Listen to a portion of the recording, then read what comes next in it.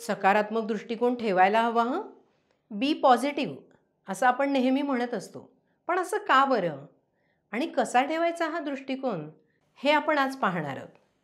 आपण ना सगळ्यात आधी 2 प्रसंग पाहूया आणि त्याच्यानंतर याच्याबद्दल बोलूया. ए आई, या रविवारी आमची पिकनिक. पिकनिक? काही नाही, पिकनिकला वगैरे काही जायचं नाहीये. तू का अशी बसली आहेस? काय अशी बसले म्हणजे अगं मला बरं नाही वाटत आहे आणि खूप टेन्शन आलंय ग. काही नाही तू पिकनिकला वगैरे काही जायचं नाहीस आशू. ए आई, हे तुझं नेहमीच आहे. काय जायचं नाही? मागच्याच आठवड्यात तुझे सगळे चेकअप केलेत, सगळे नॉर्मल ग. आलेत. काही टेन्शन करण्याची गरजच नाहीये. ते रिपोर्ट्स वगैरे आणि चेकअपवर माझा अजिबात विश्वास नाही अगं परवा ना गं आमच्या त्या महिला मंडळामध्ये डॉक्टर आले होते. ऑनलाईन आमचं गेट टुगेदर होतं ना. त्या डॉक्टरांनी डायबिटीसची जी जी लक्षणं सांगितली ती सगळी माझ्यात जाणवत आहेत बघ. तू तर ग्रेटच आहेस. तुला जे जे ऐकलंस ना, जे आजार ऐकलास की तो तुला झालाच आहे असं समजायचं तुला. मला माहितीये मला काय होतंय ते. मला सारखी तहान लागते, घसा सुकलाय आणि सारखं सारखं बाथरूमला जावं लागतंय ग. आणि त्याच्यात ना मला अक्षरशः गळून गेल्यासारखं झालंय. आणि हे बघ वजन बघ माझं किती कमी झालंय ते. तुला वजन कमी करायची गरज आहे. हसू नकोस, माझं वजन खरंच कमी झालंय. काय अजून किती कमी करायचंय वजन? त्या आजीच्या मावस बहिणीला सुद्धा डायबिटीस होता. मग आता मला होणारच ना. नाही ग आई, नाही होणार तुला. काही उगाच बोलू नकोस. तुला काय, तू ट्रिपला जाशील आणि मग तुझ्या काळजीने माझं बीपी वाढेल, चक्कर येईल, पाणी पडले कुठे, हात पाय फ्रॅक्चर झाले तर काय करणार आहे? कोण आहे इथे? बाबा असतात टूरवर आणि दादा हा ताज्या मित्रांच्या घोळक्यात. अगं आई, तू सगळ्यांची काळजी करत बसतेस आणि आम्हालाही कोणाला कुठे पाठवत नाहीस. दादाला चांगला IIT मध्ये ऍडमिशन मिळालेलं, तिथे तू त्याला पाठवलं नाहीस.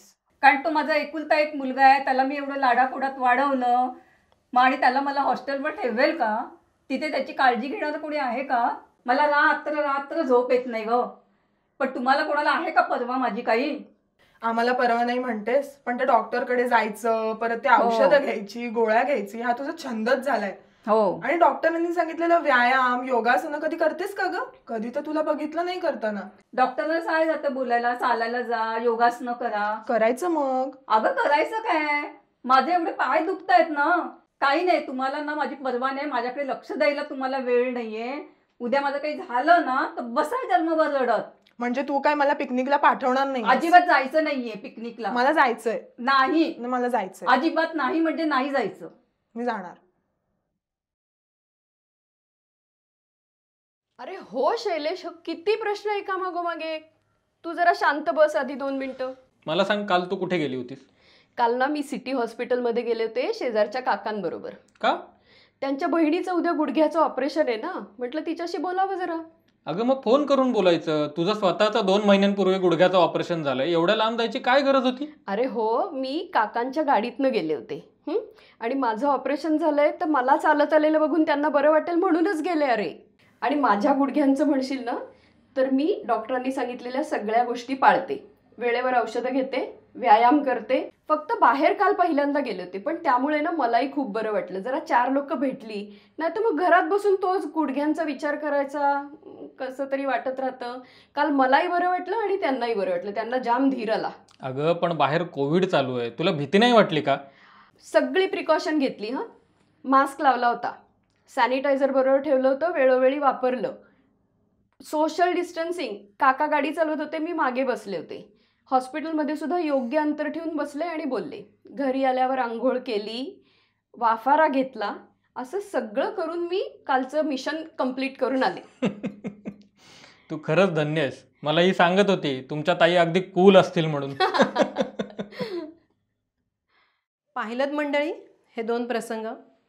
खरं म्हणजे कोणी नेहमीच नकारात्मक किंवा नेहमीच सकारात्मक असं नसतं. आपण पाहिलं तर ह्या पहिल्या रोल प्लेमधली जी आई होती ना, तिला खरं तर कोणताच आजार नव्हता.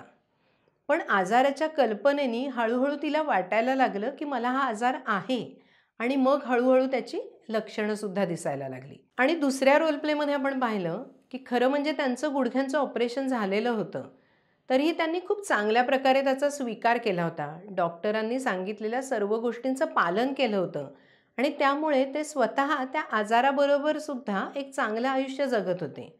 आणि त्यामुळे काय झालं, ते आजूबाजूच्या लोकांनासुद्धा चांगला आनंद देऊ शकत होते. म्हणजेच कसं होतं की सतत आपण नकारात्मक दृष्टिकोन ठेवला तर आपल्या आजूबाजूची मंडळीसुद्धा एका पॉईंटला कंटाळायला लागतात. पण आपण जर का सकारात्मक दृष्टिकोन ठेवला तर आपल्या आजूबाजूची माणसंसुद्धा आपल्याला खूप छान सहकार्य करायला लागतात. खरं तर हा फरक वृत्तीमधला आहे. म्हणजे अनपेक्षित एखादं संकट आलं तर कोणतीही व्यक्ती गोंधळून जाणार, गडबडून जाणार, हे अगदी स्वाभाविक आहे. पण तरीसुद्धा अशा प्रसंगामध्ये कोण कसं रिॲक्ट होईल हे ज्याच्या त्याच्या स्वभावानुसार ठरतं. म्हणजेच काय की एकाच प्रसंगामध्ये वेगवेगळ्या व्यक्ती वेगवेगळ्या प्रकारे वावरत असतात किंवा रिॲक्ट होत असतात. पण आपण जर का शांत राहू शकलो, आपण सगळ्याचा स्वीकार करू शकलो तर आपण वेगळ्या पर्यायांचा सुद्धा नक्कीच विचार करू शकतो. आपले विचार, आपल्या भावना या सगळ्याचा आपल्या संपूर्ण जगण्यावरच खरं तर परिणाम होत असतो. आपण पाहिलं की आपल्या भावनांचा परिणाम आपल्या शरीरावर होत असतो. जसं की परीक्षा आहे, इंटरव्ह्यू आहे, की आपली धडधड वाढते, घशाला कोरड पडते, हे सगळं आपण शरीरावर होणारे परिणाम पाहिले. याशिवाय आपल्या भावनांचा आपल्या प्रतिकारशक्तीवर सुद्धा परिणाम होत असतो. म्हणजे एकच आजार असेल आणि एकच उपचार पद्धती असेल तरीसुद्धा सकारात्मक दृष्टिकोन ठेवणारा रुग्ण हा लवकर बरा होण्याची शक्यता असते. याशिवाय आपल्या कार्यक्षमतेवर सुद्धा याचा परिणाम होत असतो. प्रत्येक वेळी आपल्याला आपल्या आवडीचंच काम मिळेल असं नाही आहे. पण तरीसुद्धा आपण जर का जे काम आहे ते आनंदाने केलं तर ते काम खूप छानसुद्धा होतं आणि आपल्याला त्याचा आनंदसुद्धा मिळतो. पण आपण जर का ते निरुत्साहाने केलं की मला हे आवडतच नाही आहे, हे खरं तर माझ्या आवडीचंच काम नाही आहे, असं सगळं झालं ना की मग आपली कार्यक्षमतासुद्धा कमी होते. मग ते कामही चांगलं होत नाही आणि आपल्याला त्यातला आनंदसुद्धा मिळत नाही. पेला अर्धा भरलेला आहे असंही म्हणू शकतो किंवा पेला अर्धा रिकामा आहे असंही म्हणू शकतो. भरलेला आहे म्हणायचं का रिकामा आहे म्हणायचं हे आपल्यावर आहे. म्हणजेच काय तर आपले विचार, आपल्या भावना आपल्या संपूर्ण जगण्याला एक प्रकारचा अर्थ देत असतात.